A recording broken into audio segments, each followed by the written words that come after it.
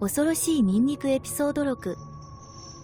花子さんの恐ろしい話便器の中の幽霊。学校は月の薄明かりの下で静かに堂々と佇んでいて、その古びた建物は遠い昔の証であった。かつて賑わっていた廊下は今では人影もなく、冷たい空気の中に忘れられた笑い声と囁かれた秘密だけが響き渡っていた。学校は独自の生活を展開しており、ひしむ床とうめき声を上げる壁が不気味な孤独の言語を話していました。静かな田舎町に佇むこの学校は過ぎ去った時代の名残で、その壁には歴史が色濃く刻まれており、地元の言い伝えによれば、落ち着きのない霊に取り憑かれていたそうです。これらの幽霊の中で最も悪名高いのは、何世代にもわたる生徒たちの想像力と恐怖を魅了した幽霊のような人物、花子さんでした。用務員のたかしさんは、学校で最後の仕上げをしていた。廊下は暗くて静かで、かつて見た賑やかな活動とは全く対照的でした。彼は出口に向かう途中、鍵を3階に置き忘れたことに気づきました。ため息をつきながら振り返り、階段を登っていった。空気は一歩ごとに冷たくなり、見覚えのある悪感が彼を襲った。彼は3階に到着し、バスルームに向かって歩きました。そこでは非常に多くの不可解な出来事が起こっていました。バスルームに入ると、彼は奇妙な衝動を感じた。彼は何も考えずに、3番目の個室のドアをノックしていることに気づきました。花子さん、花子さん、花子さんと呼びかける声が誰もいない部屋に響き渡った。その後に続く沈黙は息が詰まるほどだった。すると、屋台の奥からかすかに不気味な囁き声が響き渡り、背筋が凍った。ドアがゆっくりときしんで開き、空の個室が現れた。しかし、彼が中を覗いていると、冷たい突風がバスルームを吹き抜け、ランタンが消え、彼は暗闇に突き落とされました。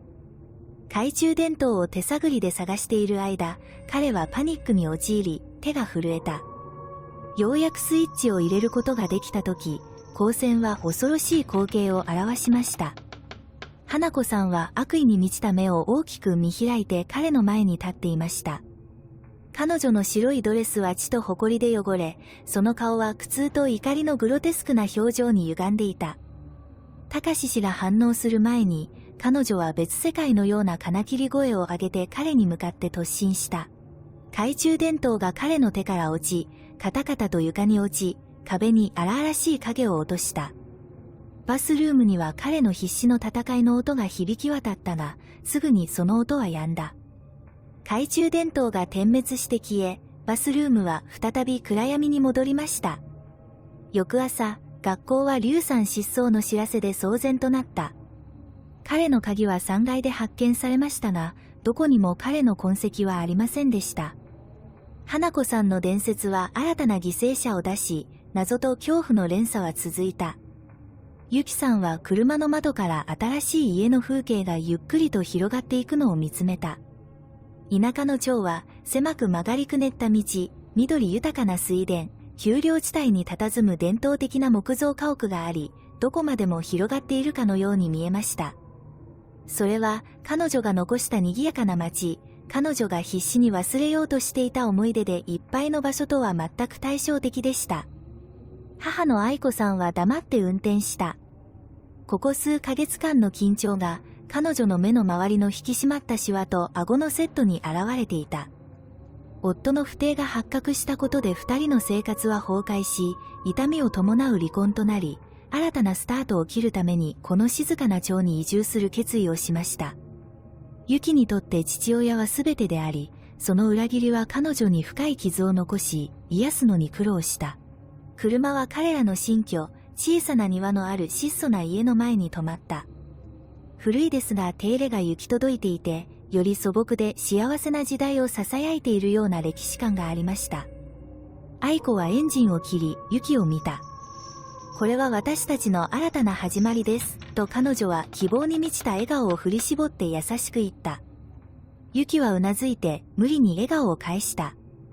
彼女は母親が全てを何とかまとめようと最善を尽くしていることを知っていましたが、彼女が知っていたもの、愛したものすべてが根こそぎにされたとき、楽観的になることは困難でした。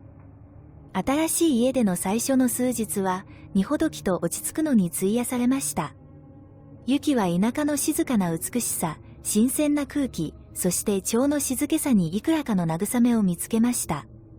しかし、新しい学校に通い始めることを考えると、彼女は不安でいっぱいになりました。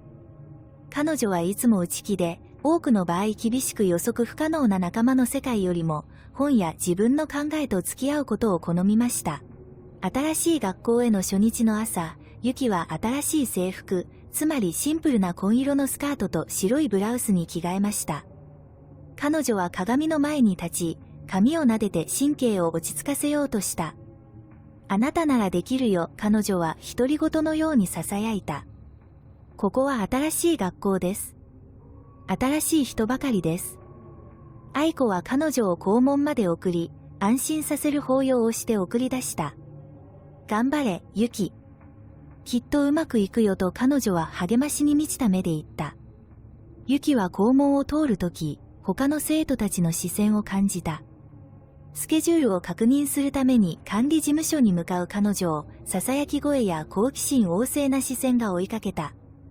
秘書は彼女に学校の地図と時間割を渡し、少し哀れみを含んだ温かい笑顔を浮かべた。私たちの学校へようこそ、ユキ。何か助けが必要な場合は、遠慮なく聞いてください。廊下を進んでいると、ユキは迷宮にいるような気分になった。学校は古く、ひしむ木の床と日光が差し込む高い窓がありました。彼女はようやく自分の教室を見つけ、教室に入る前に深呼吸をしました。先生の中村先生は彼女をクラスに紹介し、窓の近くの席を割り当てました。一日中、ユキは自分が部外者であるという感覚を払拭できなかった。他の生徒たちは礼儀正しいもののよそよそしい態度をとり、彼女は会話の断片を聞き取ってしまい、それが彼女をさらに孤立させたように感じさせた。彼女の両親のことを聞きましたか？彼らは離婚したと聞きました。彼女はとても悲しんでいるに違いない。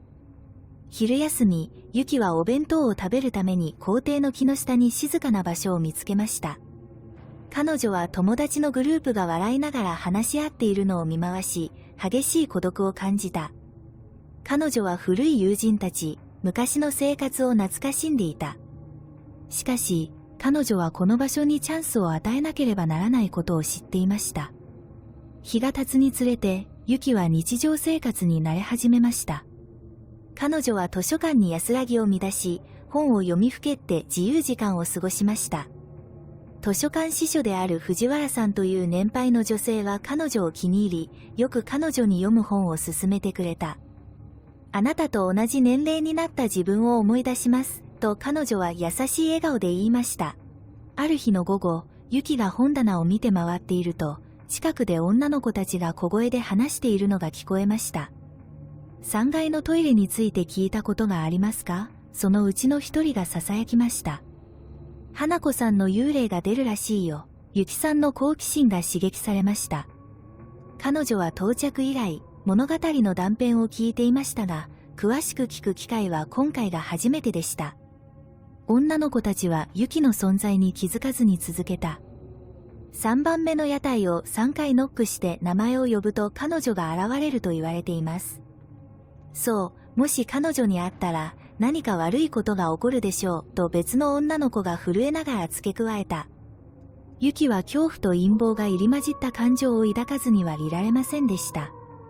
彼女は常に幽霊の話や伝説に魅了されていましたが、それらは彼女を怖がらせていました。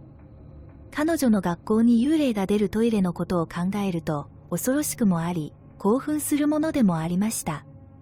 彼女は、この謎を解明することで、自分の問題以外に何か焦点を当てられるかもしれないと期待し、さらに詳しく調べることにしました。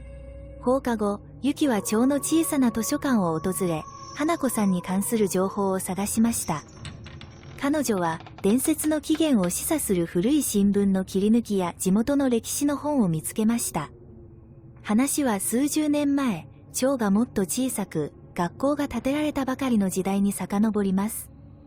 記事によると、第二次世界大戦中の空襲中に、花子という名の少女が学校のトイレで悲劇的に亡くなったという。それ以来、彼女の霊は3階のバスルームに出没し、彼女を呼び出そうとした人の前に現れると言われています。読みながら、ユキは花子に不思議なつながりを感じた。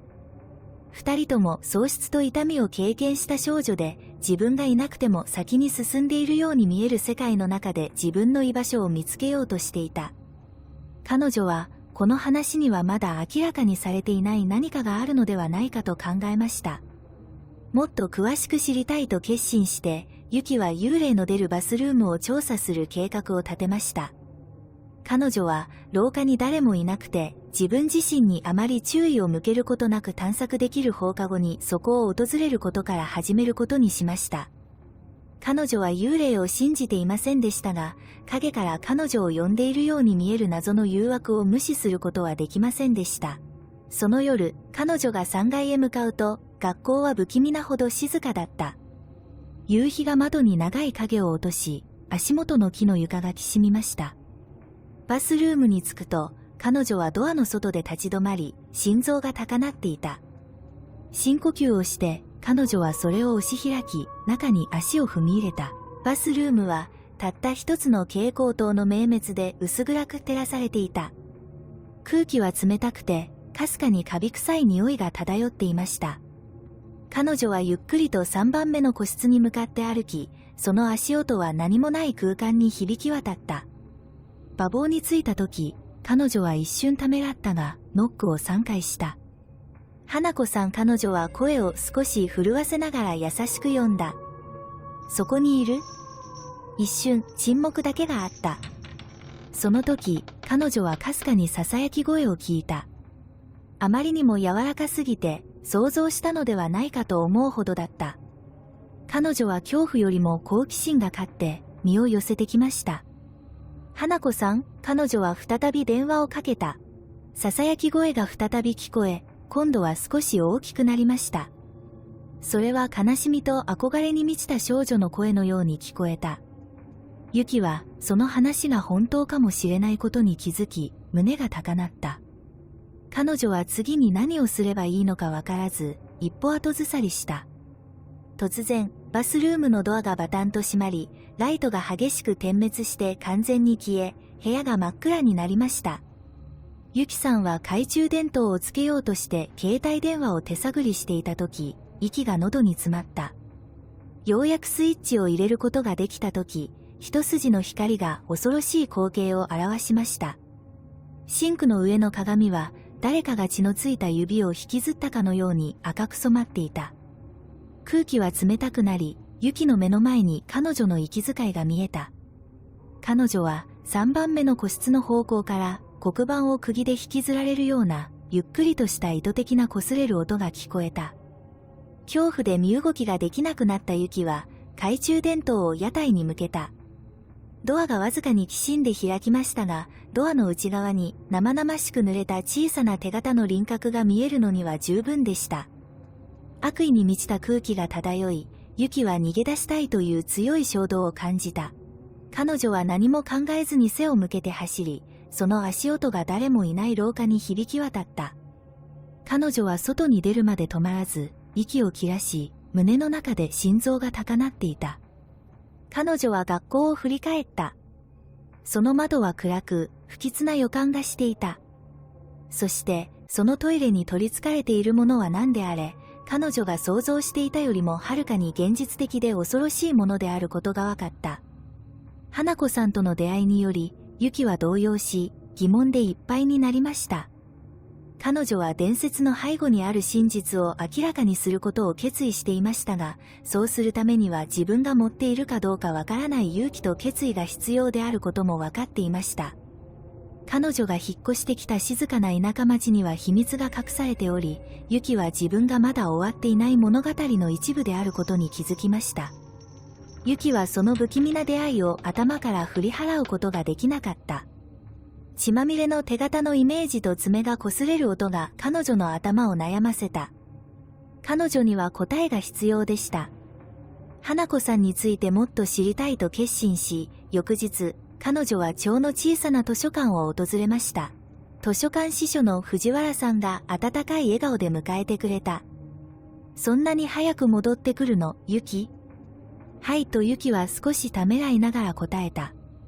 花子さんのことをもっと知りたい。学校のトイレにいる幽霊。藤原さんの笑顔は消え、真剣な表情に変わった。花子さん、そうですか？それは古くて悲劇的な話です。彼女はユキを町の歴史資料が保管されている図書館の一角に案内した。ここなら、あなたの探しているものが見つかるかもしれません。ユキさんは何時間も古い新聞、雑誌、地元の歴史の本を熟読しました。彼女は、花子さんの悲痛な物語を少しずつ明らかにし始めました。時は1945年、世界は戦争の最中にあった。この小さな町は、日本の他の多くの町と同様、空襲の絶え間ない脅威にさらされて暮らしていました。子供たちは、すぐに防空壕に逃げなければならないかもしれないことを承知して学校に通いました。恐怖と不安にもかかわらず、彼らは表面上の正常を維持しようとしました。花子は明るく元気な女の子で、先生やクラスメートに愛されていました。彼女はかくれんぼをするのが特に好きでした。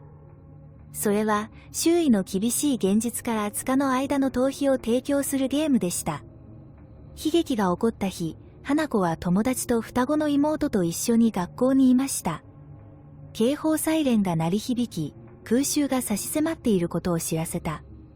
教師たちは子供たちに避難所に向かうよう指示したが、混乱の中、花子と数人の友達は恐怖から気を紛らわせるために最後のかくれんぼをすることにした。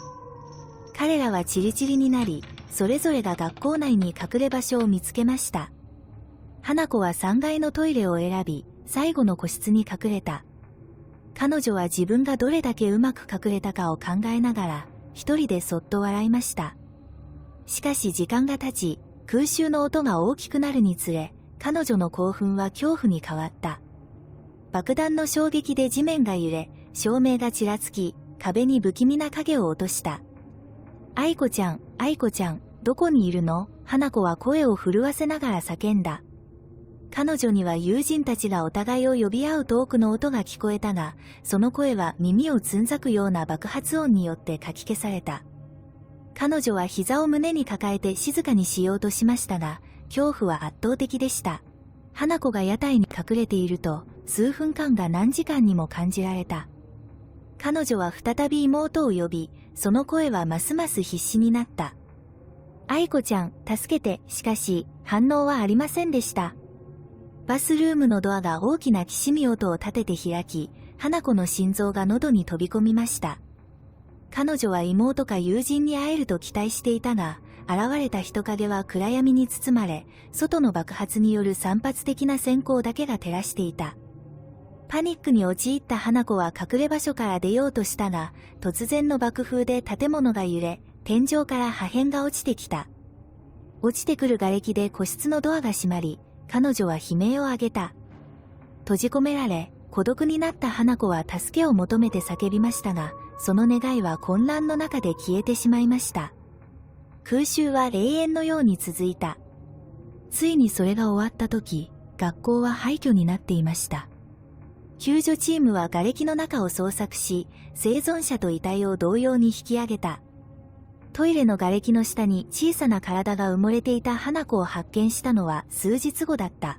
町は多くの命の喪失を悲しみましたが、花子の死が最も話題になりました。彼女の霊についての話が広まり始めた。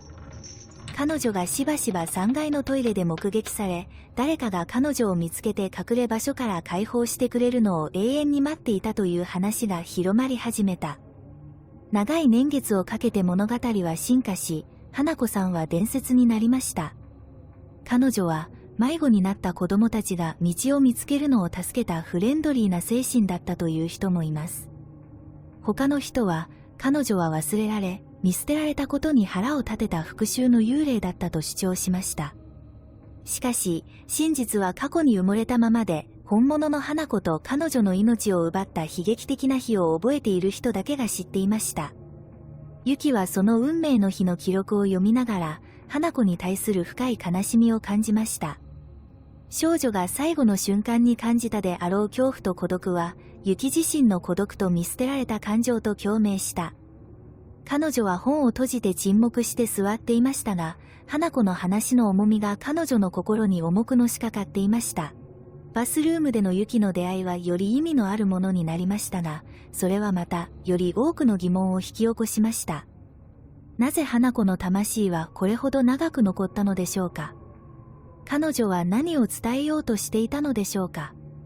ユキさんは、学校と蝶の歴史をさらに深く掘り下げるために、もっと学ばなければならないと感じていました。おそらく、花子の過去を理解することは、花子と自分自身の両方にとって平和を見つけるのに役立つでしょう。彼女が図書館を出ると、太陽が沈み、蝶に長い影を落としていました。静かな通りと古い建物には、千の語られない物語が隠されているように見えました。それぞれが花子さんの遺産であるパズルのピースです。ユキは家に帰りながら、過去のことや次に発見するかもしれないことの考えが頭の中で駆け巡りました。真実を明らかにする旅はまだ始まったばかりです。ユキが図書館で発見されてからの日々は、ぼんやりとしたものでした。彼女は花子の悲劇的な最後と、バスルームで感じた不思議な存在について考えずに入られませんでした。彼女は、花子の物語が自分自身の物語と絡み合っているかのように、過去の少女とのつながりを感じました。もっと解明したいと決意したユキは、花子さんの伝説をさらに深く掘り下げました。花子さんの伝説は、第二次世界大戦が終わってすぐに形になり始めました。蝶は悲しみに包まれ、生き残った学校の生徒や教師たちは生活の再建に努めた。しかし、花子が非業の最後を遂げたまさにその場所である3階のトイレで奇妙な出来事が報告され始めました。それは囁き声から始まり、学生らは優しく助けを求める若い女の子の声を聞いたと主張した。愛子ちゃん、助けてと訴える声が誰もいない屋台に響き渡った。説明できない空気の寒さを感じたり、目の端に一瞬の影が見えたと話す人もいた。記録に残る最初の目撃情報の一つは、学校で働いていた用務員によるものでした。彼はある晩遅くまで残って、3階のバスルームを掃除していました。彼が床をこすっていると、3番目の個室から静かにノックする音が聞こえた。彼はいたずらだと思い、最初は無視した。しかしノックは鳴り続け、その後にかすかに女の子の泣き声が聞こえた。ようやく個室のドアを開けると、そこには誰もいないことが分かりましたが、泣き声は続き、ますます大きくなり、絶望的になりました。用務員は逃走し、翌日、二度と学校に戻ることを拒否して辞任した。年が経つにつれて、物語はより複雑になってきました。学生たちが花子さんを呼び出すという大胆な儀式が生まれ、日本中に知られるようになりました。指示は簡単で、3階のトイレに行き、3番目の個室のドアを3回ノックし、花子さんの名前を呼びます。彼女が現れた場合、彼女は質問に答えたり、問題を解決したり、あるいは物語の暗いバージョンでは、召喚者をトイレに引きずり込んで死後の世界に加わると言われています。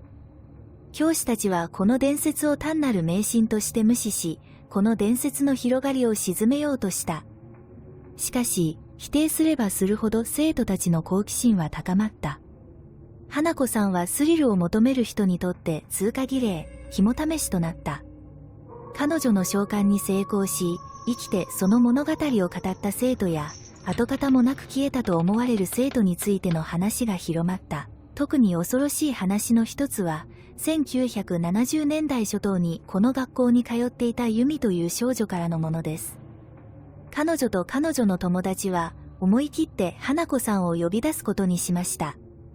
彼らは指示に従い、緊張しながら笑いながら屋台のドアをノックし、花子さんの名前を呼びました。最初は何も起こらず、彼らは安心し始めました。しかし、彼らが出て行こうとした時、ドアがきしむ音を立てて開き、赤いスカートを履いた若い女の子の輪郭がかすかに現れ、顔は青ざめ、目はうつろでした。ユミさんの友人たちは悲鳴を上げて逃げたが、ユミさんはその場に固まって動けなかった。その人影が近づいてくると、ユミは腕に冷たい手が触れるのを感じた。彼女は気を失い、数時間後に目覚めると、バスルームに一人でいた。友人たちは怖くて迎えに行けなかった。ユミさんとの出会いのニュースはすぐに広まり、地元の民間伝承における花子さんの地位は確固たるものになりました。最終的に学校は3階のトイレを閉鎖しましたが、伝説は繁栄を続け、町を越えて日本中に広がりました。花子さんは日本の都市伝説の定番となり、様々な地域で様々な物語が登場し、それぞれが物語に独自のひねりを加えています。ゆきさんはこれらの記述を読みながら、花子さんの伝説が数えきれないほどの生徒たちの恐怖や想像力によって形を変え、時間の経過とともにどのように進化してきたかに衝撃を受けました。本物の花子の悲劇的な死は、長引く悲しみと未解決の痛みの象徴である幽霊物語に変えられました。ユキは、花子の話を理解しようとして、彼女を単なる幽霊以上のものとして見ようとした人はいないだろうかと疑問に思いました。その答えを求めて、ユキは夜の校舎を訪れることにした。彼女は、花子が亡くなった場所を見ることで、伝説の背後にある少女についてより深く理解できるかもしれないと望んでいた。ある晩、彼女は決意を持って出発し、これまでに無数の人が通った道をたどりました。学校は沈黙の万平のように立っており、ドアは鎖で閉ざされていた。結城は恐怖と興奮が入り混じったドキドキしながら柵の隙間を見つけてすり抜けた。建物に近づくにつれて、彼女は歴史の重みが彼女に迫ってくるのを感じ、そのホールを通過した人々の思い出で空気が濃厚になった。彼女は3階へ向かったが、木の階段は彼女の体重で不気味にきしんだ。廊下は真っ暗で、窓から差し込む光だけが光っていた。ユキはバスルームに到着し、ドアの外に立って浅い喘ぎ声を上げた。彼女はドアを押し開けて中に足を踏み入れた。バスルームは彼女が想像していた通り、薄暗く、不気味なほど静かだった。彼女はゆっくりと3番目の個室に向かって歩き、その足音は何もない空間に響き渡った。彼女は一瞬ためらったが、個室のドアを3回ノックした。花子さんと彼女は優しく呼んだ。そこにいる？その後に続いた沈黙は、ほとんど耳がつんざくようなものでした。ユキさんはドキドキしながら待っていて、目は個室のドアに釘付け気になった。数分が経過しましたが、何も起こりませんでした。彼女は失望と安堵の波が押し寄せるのを感じた。結局のところ、それは単なる物語だったのかもしれません。彼女が立ち去ろうとしたとき、かすかに囁き声が聞こえました。あまりにも柔らかすぎて、想像したのではないかと思うほどでした。彼女は固まってじっと聞いていました。囁き声が再び聞こえ、今度は少し大きくなりました。助けて、その声は悲しみと絶望に満ちていた。花子さんの伝説がただの物語ではないことを悟り、雪は背筋がゾッとするのを感じた。真実を明らかにする雪の旅はまだ始まったばかりだ。花子さんの伝説は彼女の人生の一部となっており、彼女は幽霊の背後にある少女を理解しようと決意していました。夕日を背に学校を出るとき、彼女は自分の進む道が容易ではないことを悟りました。しかし、彼女はもう後戻りできないことも分かっていました。真実はそこにあり、発見されるのを待っていました。そしてユキは、これから何が待ち受けていても立ち向かう準備ができていました。花子さんの悲劇的な過去を調査したユキは、答えよりも多くの疑問を抱きました。彼女は学校で聞いた幽霊のような囁きのことを考えずにはいられませんでした。もっと詳しく知りたいと決意した彼女は、町の年配の住人たちと話をすることに決め、彼らから花子の今も残る存在に光を当てる個人的な話や洞察が得られるのではないかと期待した。ある爽やかな秋の午後、ユキは気がつくと、花子の死の間に学校で働いていた退職教師である高橋夫人の家にいた。高橋夫人は蝶の歴史について豊富な逸話を持っていることで知られており、ユキさんは彼女が何らかの答えを提供してくれるかもしれないと期待した。高橋さん、お会いに応じていただきありがとうございます、とユキは緊張しながらノートを握りしめながら話し始めた。年配の女性は優しく微笑んで、ユキに座るよう合図した。もちろんですよ。今日は何しに来たのですか？私は学校の幽霊、花子さんについて調べているんです、とユキは説明した。彼女の悲劇的な死について読んだことがありますが、その後何が起こったのか、そしてなぜ彼女の魂がまだ残っているのかについてもっと詳しく教えていただければと思いました。高橋夫人の表情は険しくなった。ああ、花子さん。彼女の話は実に悲しいものです。私も含め、長年にわたって多くの人が彼女に会ったと主張しています。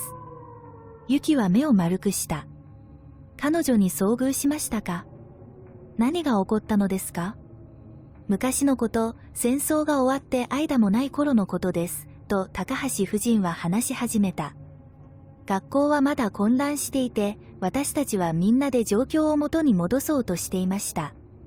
ある晩、私は遅くまで残ってレポートを採点していました。学校は不気味なほど静かでした。私が3階のトイレの前を通りかかった時、若い女の子のような泣き声が聞こえました。ユキは身を乗り出して、すべての言葉を噛み締めた。あなたは何をしましたか？もちろん心配していました、と高橋夫人は続けた。もしかしたら、生徒の一人が残って動揺しているのではないかと思いました。トイレのドアを開けて声をかけましたが、反応がありませんでした。泣き声が大きくなり、その音を追って3番目の個室まで行きました。ドアを開けた時、そこには誰もいなかったが、叫び声が壁に響き渡り、背筋が寒くなった。高橋夫人は思い出を思い出しながら目を遠くにして立ち止まった。私はできるだけ早くトイレから出ましたが、その経験は私の心に残りました。他の教師数人と話しましたが、彼らは同じような音を聞いたことがあると認めました。その時、私たちは花子さんの精神が平安を見つけられていないことに気づきました。ユキさんは時間を割いてくれた高橋さんに感謝し、新しい情報で頭がざわめきながら家を出た。花子の魂は死の直後から活動しており、彼女の存在に敏感な人々に手を差し伸べていたようだ。しかし、なぜ彼女は先に進まなかったのでしょうか。ユキさんはこの疑問を考えながら、地元の神社を訪れることにしました。おそらくそこの司祭は、花子のような霊を助ける方法について何らかの洞察を持っているかもしれません。神社は古木に囲まれ、お香の香りが漂う静かな場所でした。ユキさんは穏やかで優しい雰囲気の初老の男性神父に近づきました。すみません、先生。ユキはうやうやしくお辞儀をしながら言った。あなたなら何か手伝ってくれるかもしれないと思っていました。司祭は微笑んでうなずいた。もちろん、うちの子よ。何が困っているの？花子さんという女の子の霊を研究しているんです、とユキは説明した。彼女は何年も前に学校の空襲で亡くなり、その霊がそこのトイレに取り付いていると言われています。私は多くの話を読んだり聞いたりしましたが、なぜ彼女が前に進まないのか、そして私が何をするのか知りたいです。彼女を助けるためにできることがある。司祭の表情は思慮深いものになった。花子さんのような霊は、未解決の感情ややり残した仕事のためによく残ります。彼女は最後の瞬間に大きな恐怖と孤独を経験したかのようです。そのような強力な感情が霊をこの世に縛り付け、平安を見つけることを妨げる可能性があります。彼女を助けるために何かできることはありますか？ユキは尋ねた。落ち着きのない霊をあの世へ導くために行うことができる儀式や祈りがあります、と司祭は説明した。しかし、多くの場合、霊がいつまでも残る具体的な理由を理解する必要があります。花子さんの場合、誰かが自分の痛みを認め、人生で否定されていた慰めを与えてくれるのを待っているのかもしれません。ゆきさんは神主に感謝の言葉を述べ、気持ちを新たにして神社を後にした。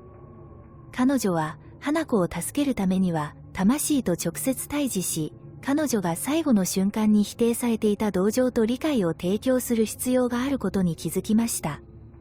その夜、ゆきは新たに得た知識と、花子さんが平和になるのを手助けする決意を持って学校に戻りました。彼女は胸を高鳴らせながら3階のトイレに向かった。日が沈み、学校は暗闇に包まれ、唯一の光はゆきの懐中電灯だけでした。彼女はバスルームのドアの外に立ち、深呼吸して中に入りました。部屋は以前と同じように不気味で、悲しい雰囲気で重い空気が漂っていた。ゆきさんは3番目の屋台に近づき、ノックを3回叩き、花子さんの名前を呼びました。花子さん、いらっしゃいますか？ゆきの声は震えていたが、無理して平静を保っていた。あなたに何が起こったのか知っています。あなたが怯え、孤独だったことは知っています。私はあなたを助けるためにここにいます。一瞬、沈黙だけがあった。すると、徐々に部屋の温度が下がり、ゆきは背筋に寒気が走るのを感じた。かすかなささやき声がバスルームに響き渡った。助けて。そう話すゆきの目には涙が溢れていた。花子さん、もう一人でいなくていいよ。私がそばにいるよ。あなたの苦しみはわかる。そして、こんなことになってごめんね。突然、バスルームの雰囲気がガラリと変わりました。鏡は粉々に砕け、破片がバスルームに飛び散った。個室のドアが激しく開閉し始め、耳をつんざくような音を立ててバタンと閉まりました。冷たく起こった風がゆきの周りを渦巻き、彼女を足から叩き落とした。彼女が見上げると、目の前に黒い人影が現れ、その目は怒りに燃えていた。その人影が彼女に向かって近づいてくると、ゆきの心臓は恐怖で高鳴った。バスルームは悪意のあるエネルギーで脈動しているように見え、空気は怒りと絶望で濃密でした。花子の幽霊は、もはやゆきが想像していた悲しみに満ちた失われた魂ではありませんでした。彼女は怒りで満たされており、彼女の存在は彼女が耐えてきたすべての痛みと恐怖の表れでした。ゆきは慌てて立ち上がって後ずさりしながら、心が高鳴った。彼女は助けに来ましたが、花子が彼女の存在を受け入れる準備ができていないことは明らかでした。幽霊の怒りは圧倒的で、ゆきは自分自身の恐怖が高まり、彼女を飲み込んでしまうのを感じました。バスルームのドアが後ろでバタンと閉まり、ゆきは中に閉じ込められた。照明が点滅してから完全に消え、部屋が真っ暗になりました。ゆきさんの懐中電灯が点滅して消え、彼女は真っ暗闇の中に彼女自身の荒い呼吸音と屋台のドアが激しくぶつかる音だけが残りました。逃げようと必死になって、ゆきはドアハンドルに手を伸ばしたが、びくともしなかった。彼女は屋台の方を振り返り、目がゆっくりと暗闇に慣れていった。花子の幽霊のような姿が目の前に迫り、その目は冷たくて不気味な光で輝いていました。花子さんゆきは声を震わせながら囁いた。ごめんなさい。あなたを怒らせるつもりはありませんでした。ただ助けたいだけです。しかし花子の顔は怒りに歪み、血も凍るような叫び声を上げた。叫び声の勢いはバスルームの壁そのものを揺るがすようで、ゆきは氷のような恐怖の波が押し寄せるのを感じた。彼女は床にへたり込み、耳を覆い、恐ろしい音を遮断しようとした。ゆきがもう我慢できないと思った瞬間、悲鳴は止んだ。バスルームは静まり返り、重苦しい雰囲気が少し晴れた。ゆきはドキドキしながらゆっくりと耳を外して顔を上げた。花子の幽霊のような姿は消え、割れた鏡と彼女の怒りの余韻だけが残った。ゆきは震えて疲れ果てて床に横たわっていた。彼女は、花子の精神が決して平穏ではなく、彼女が助けようとする試みが幽霊の怒りを刺激するだけであることを知っていました。しかし、彼女は諦められないことも知っていました。花子の痛みは助けを求める叫びであり、ユキは彼女に連絡する方法を見つけようと決心した。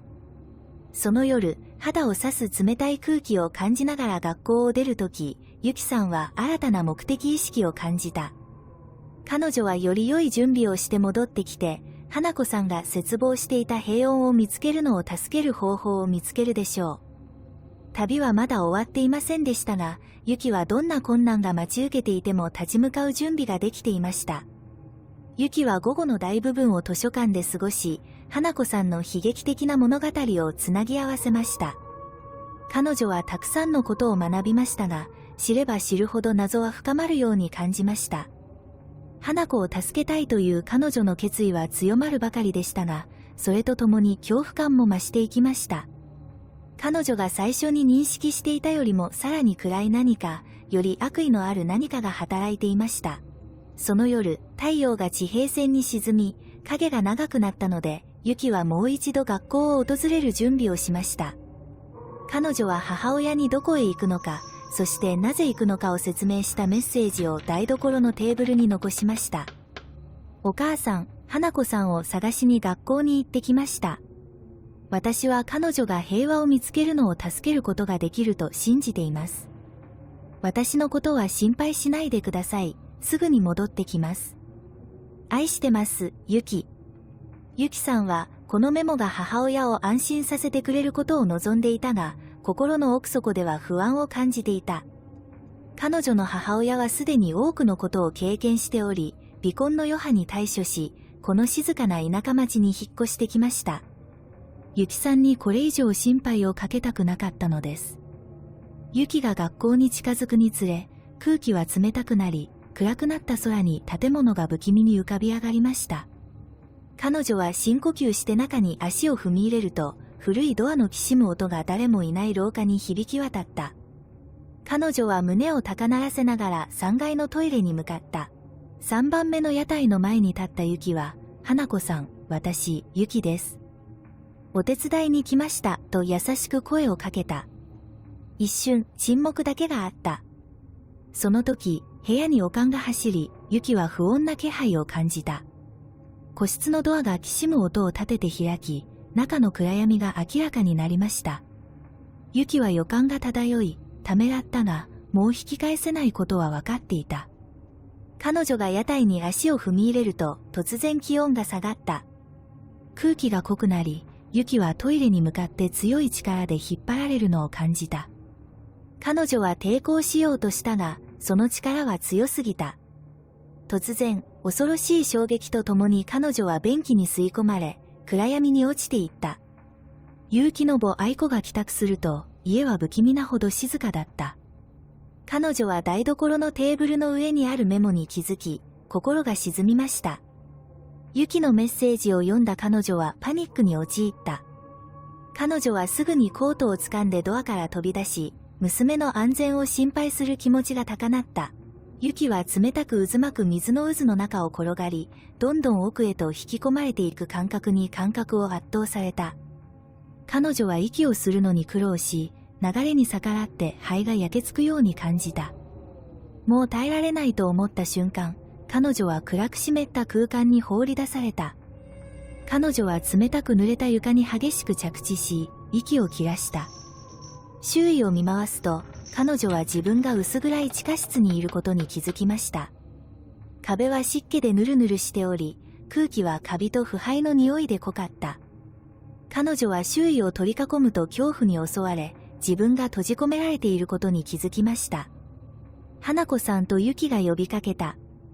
その声は壁に反響した。私はあなたを助けるためにここにいます。どうか姿を現してください。反応したのは身も凍るような沈黙だけだった。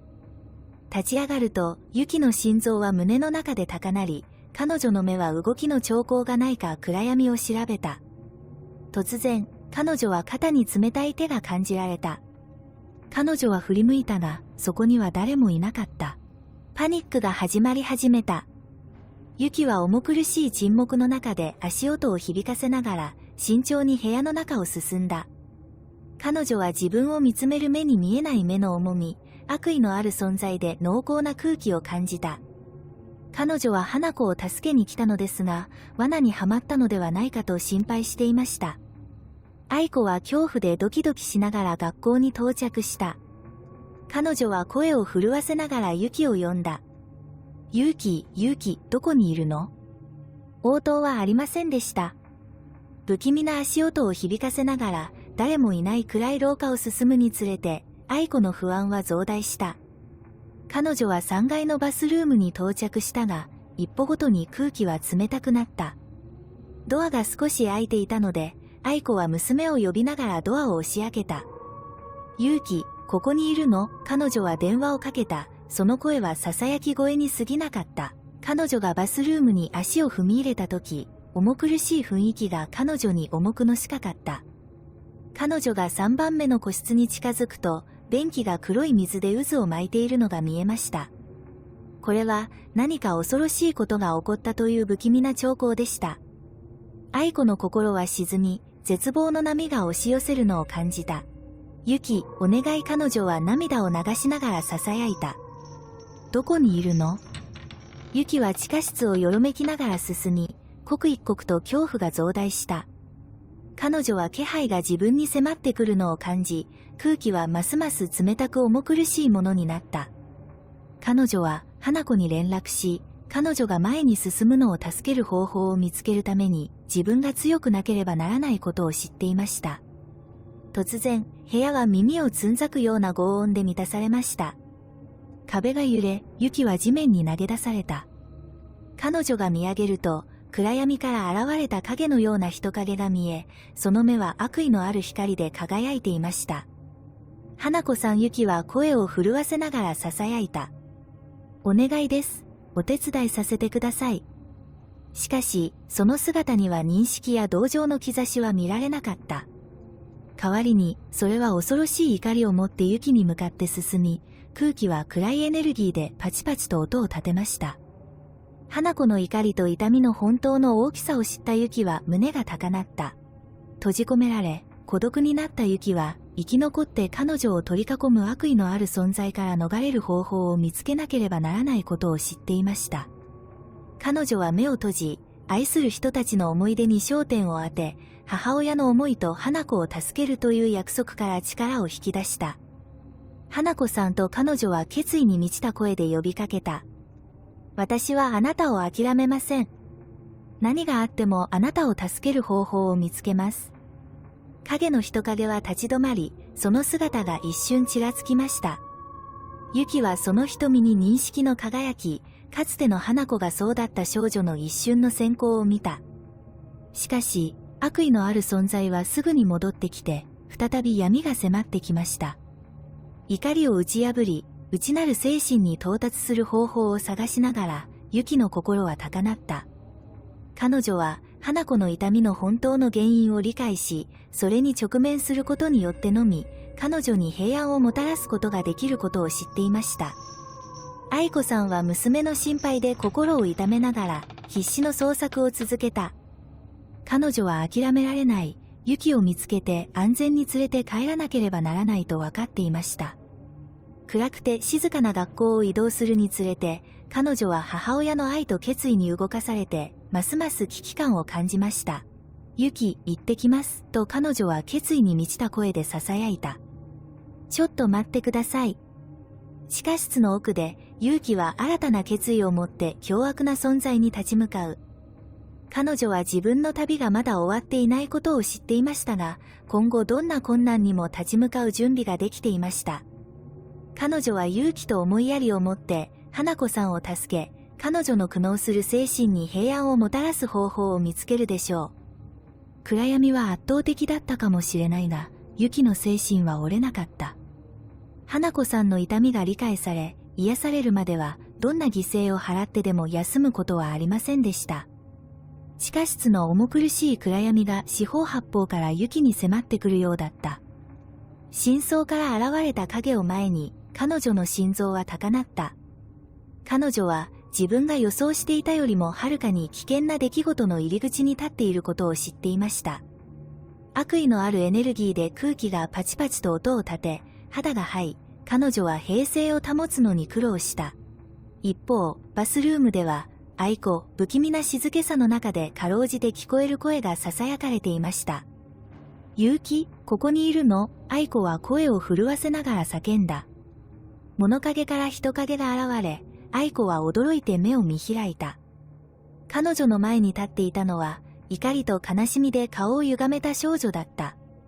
少女の目は悪意のある光で輝き、彼女を認識したとき、愛子の心臓は高鳴りました。花子、愛子はかろうじて聞こえる声で囁いた。花子さんの亡霊のような姿が愛子を睨みつけ、その表情は怒りと苦悩が入り混じっていた。愛子彼女はシューシューとその声を部屋中に響かせた。あなたは私を捨てました。私があなたを最も必要としていた時にあなたは私を見捨てました。一歩を踏み出した愛子の目には涙があふれ、妹の姿を見て心が張り裂けそうになった。花子さん、ごめんなさい。知りませんでした。空襲の時、あなたがトイレに隠れていたとは知りませんでした。探そうとしましたが、すべてがあっという間に起こりました。花子の目は怒りで燃え上がり、部屋は彼女の怒りで震えているように見えました。あなたは私を守ってくれるはずだったのに、いつもそばにいると約束してくれたのに、あなたは私を見殺しにしたのよ。愛子は膝をつき、すすり泣きました。私はあなたを失望させました、花子。私が失敗したことは分かっています。でも、どうか、ユキに怒りをぶつけないでください。彼女はこのすべてにおいて無実です。復讐が必要な場合は、私に怒りをぶつけてください。彼女を手放してください。花子の表情は一瞬和んだが、すぐに怒りが戻った。何年も苦しみ続けてきたのに、今なら償えると思う。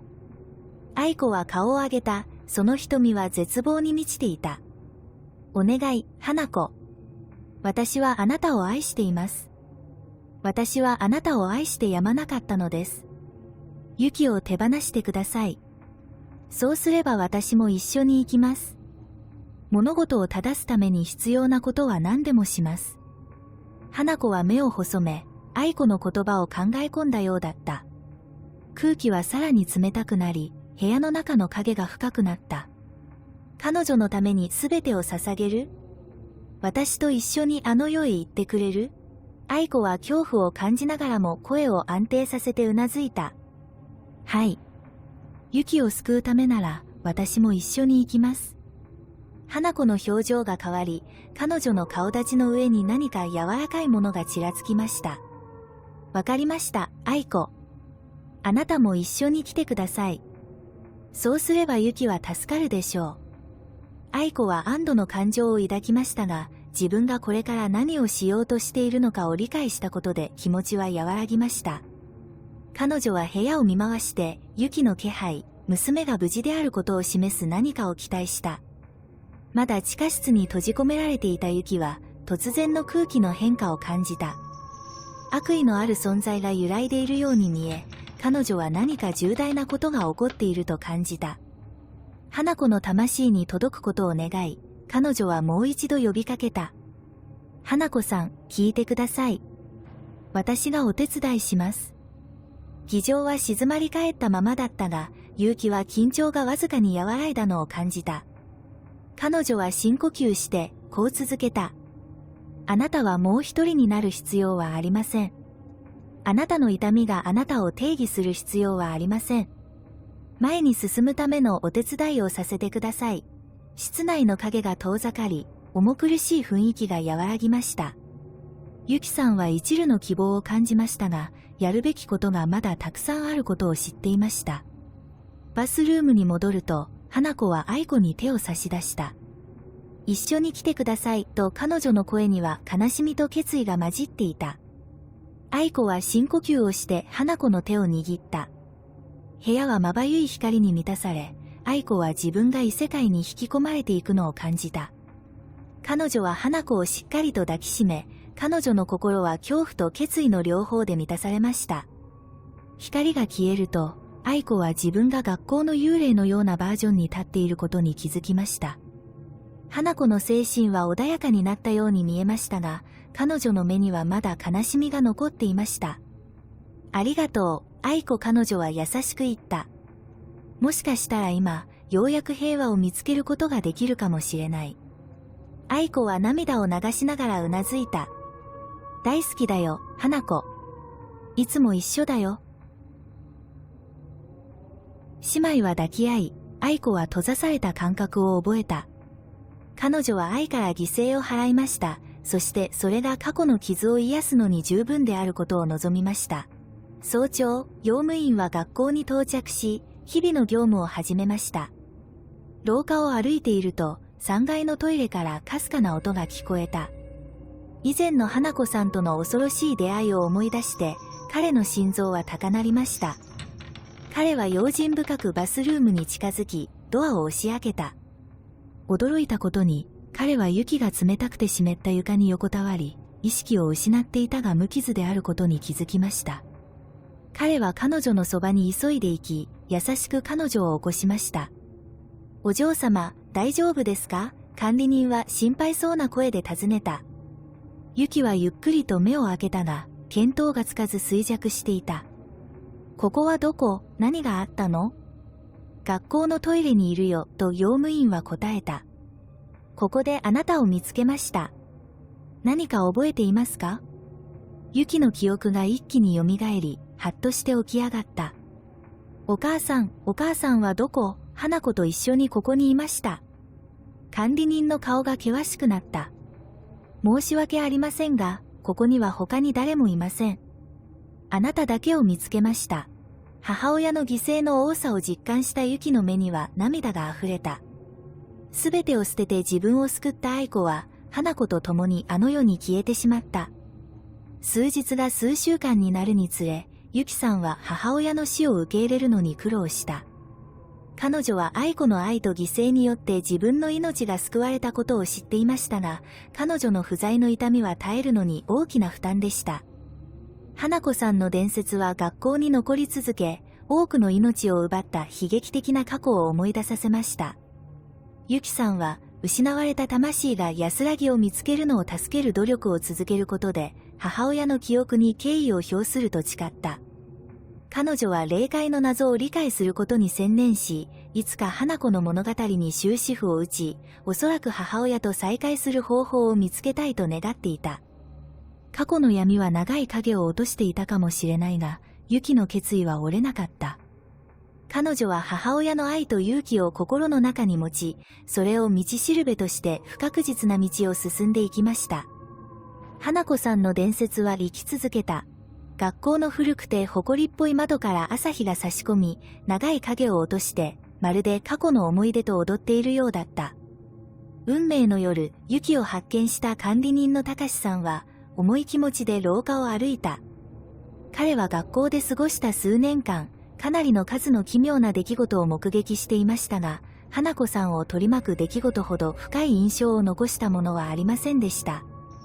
彼は、すべてが始まり、終わった場所である3階のバスルームの外で立ち止まった。ドアはわずかに半開きになっていて、あたかも最後にもう一度入るように誘っているかのようだった。彼は深呼吸をしながらそれを押し開き、中に足を踏み入れた。部屋は不気味なほど静かで、花子の霊の激怒で鏡はまだひび割れていた。たかしさんは辺りを見回し、あの夜の記憶が蘇った。雪の必死の叫び声と、身も凍るような花子の気配が、彼には聞こえてきそうだった。それ以来、彼は雪に会った。彼女は生き残ったものの、その経験によって彼女は永遠に変わってしまった。母親の死は深い傷跡を残しましたが、雪の強さと立ち直りは明らかでした。彼女は他者を助け、霊界の謎を解明することに専念する、決意の強い若い女性に成長していました。トイレに立った時、劉さんは壁の中で起こった悲劇的な出来事に深い悲しみを感じずにはいられませんでした。花子の物語は痛みと放棄の物語でしたが、愛と犠牲の物語でもありました。彼は、愛子と花子がどこにいても、平和の兆しを見つけられることを望んでいた。学校は、あまりにも危険で幽霊が出る場所であると判断し、3階のトイレを永久に閉鎖することを決定した。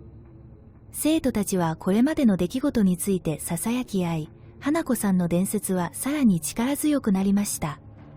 学校は前進しようと努力しているにもかかわらず、超常現象の存在は常に過去を思い出させるものでした。ある日の午後、たかしさんがホールを掃除していた時、後ろから小さな声が聞こえました。振り向くと、そこには決意の表情を浮かべたユキが立っていた。たかしさんユキが静かに声をかけ、沈黙を破った。管理人は振り返り、驚きと認識の表情が顔を横切った。ユキ、会えて嬉しいよ。元気だった？ユキはかすかに微笑んだ。私は大丈夫です。困難な旅でしたが、最善を尽くしています。私は敬意を表すためにここに来ました。そして、あなたがその許してくれたことすべてに感謝します。粒子はうなずき、その目には長年の悲しみと知恵が反映されていた。ユキ、元気そうで嬉しいよ。君のお母さんは勇敢な女性だった。君のためにすべてを犠牲にしたんだよ。うなずいたユキの目には涙が溢れていた。わかっています。そして、そのことは決して忘れません。私は超常現象を研究し、霊についてもっと理解しようと努力し、彼らが平和を見つけるのを助ける方法を模索してきました。母と花子に起こったことが起こらないようにしたいと思っています。他の誰にも起こります。管理人はユキの肩に慰めの手を置いた。あなたのやっていることは正しい。お母さんもあなたのことを誇りに思うでしょう。ユキさんは人生が永遠に変わってしまった場所に立ち、閉塞感を感じながら深呼吸した。彼女の前には長い道のりがありましたが、自分は一人ではないことを知っていました。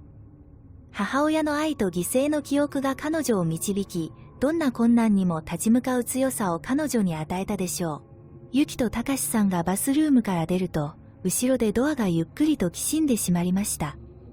花子さんの伝説は学校を悩ませ続けることになるが、それはまた、愛の永続する力とその名のために払われた犠牲を思い出させるものでもあった。その後数年間、粒子は学校での職務を続けましたが、以前と同じではありませんでした。その夜の出来事により、彼の目は日常を超えた世界、つまり過去と現在が美しくも恐ろしい方法で絡み合う世界に開かれました。彼は超自然的なものにさらに敏感になり、しばしば学校内に霊の存在を感じるようになりました。学生も職員も同様に、奇妙な出来事について自分の話をして彼のところにやってくるようになり、彼は知識豊富な心で耳を傾けました。彼は常に解決策を提供できるわけではありませんでしたが、慰めとなる存在、生者と死者の間のつながりを提供してくれました。この学校は霊界の神秘を理解しようとする人々の巡礼の場所となりました。花子さんの伝説は今でも力強い物語であり、生者と死者の間にある薄いベールを思い出させます。ある特に寒い朝、劉さんは見回りをしていた時、懐かしい歓喜を感じた。それは、初めて花子さんに出会った運命の夜に感じたのと同じ気持ちだった。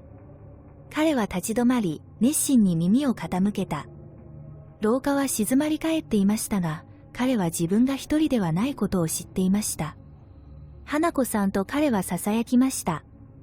その声には恐怖と尊敬が入り混じっていました。あなたはここにいますか？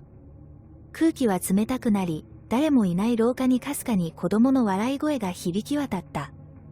たかしさんは背筋がゾクゾクするのを感じたが、毅然とした態度をとった。彼は以前にもこの存在と対峙したことがあり、花子の魂が学校に結びついており、彼女の物語が未完であることを知っていました。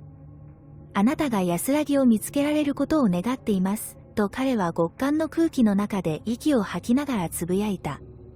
君も愛子もね。笑い声は消え、深い沈黙にとって変わられた。リュウさんは過去の思い出を重く思いながら巡回を続けた。彼は学校から幽霊が完全になくなることは決してないことを知っていましたが、伝説や物語には何らかの目的があることも知っていました。それらは悲劇に見舞われた人々の人生、愛ゆえに払った犠牲を思い出させてくれました。そして物語は立秋回りました。